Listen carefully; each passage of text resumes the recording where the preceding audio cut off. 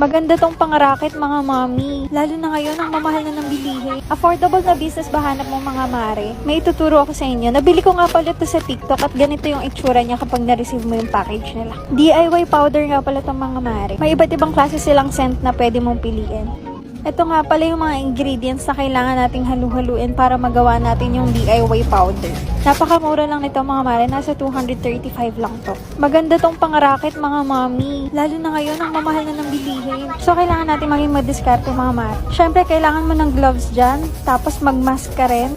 Kumuha ka ng timba na hindi mo ginagamit. Unang natin ilalagay yung drying agent nila. Siguraduhin nyo na tuyo yung plangganang gagamitin nyo mga mare. Isunod naman natin yung foam booster. Ibuhos nyo lang din yan.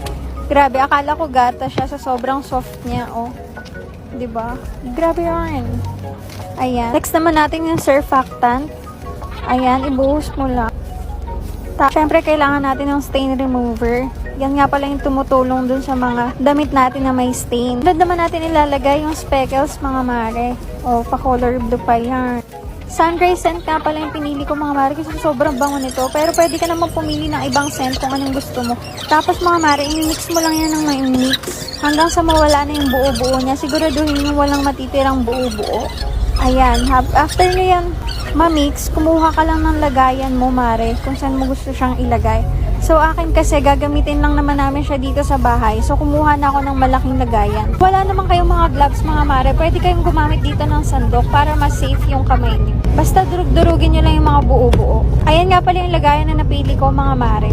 Diyan ko nga pala ibubuhos yung nagawa nating DIY powder. Grabe, siguro mga isang buwan ko na ito magagamit. Sobrang laking tipid niya talaga. Kasi ang mahal-mahal na talaga mga powder ngayon. Tapos lahat ng bilihin tumataas. So kailangan natin maging madiskarte. Ayan, tapos isasara ko na yan mga mare. E di papakita ko nga pala sa inyo kung mabula ba talaga tong DIY powder natin. Ang gagamitin ko na lang mga mare, yung ginamit nating timba, ay planggana pala. Lagyan ko lang yan ng tubig. Yung mga puti-puti nga pala sa planggana namin, hindi na talaga yan natatanggal, pero malinis yan. So, ayan. O, diba? Mabula na talaga siya. Wala naman ako nilagay na powder, yan nga pala yung ginamit nating pang mix kanina. O, diba? Sakto-sakto maglalaba ako ngayon. Papakita ko na rin sa inyo kapag nilagay ko siya sa washing machine. Ayan nga pala yung lalabhan ko, o diba? For the labang person for today's video. Kumuha lang ako ng konting powder, babawasan ko pa yan kasi medyo napadami ako. Okay na yan.